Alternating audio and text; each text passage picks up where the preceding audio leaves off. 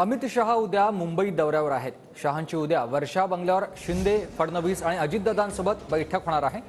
अमित शहांच्या दौऱ्याआधी मुंबईत पोलिसांकडून बंदोबस्ताचा आढावा घेण्यात आलाय। उद्या शहरामध्ये मोठा पोलीस बंदोबस्त देखील तैनात असेल। उद्या 5 तारखेला मुंबईमध्ये दाखल होत आहेत आणि त्यापूर्वी आपण पाहतोय की या ठिकाणी मॉक ड्रिल केले जाते। ही सगळी दृश्य आपण पाहतोय, त्यांचे एस्कॉर्ट जे आहे ते या ठिकाणाहून येते आणि त्याची मॉक ड्रिल सध्या मुंबईच्या वरळी सीलिंगवर होते। किती गाड्यांचा ताफा असणार आहे हे सुद्धा आपण या ठिकाणी पाहतोय। स्पष्टपणे आपल्याला पाहायला मिळतंय की अमित शहा यांचा उद्या मुंबई दौरा आहे आणि त्या निमित्तानं मुंबई पोलीस आता ऍक्शन मोडमध्ये आलेले आहेत। त्यांचा जो ताफा असणार आहे त्यामध्ये या सगळ्या गाड्यांचा समावेश असणार आहे।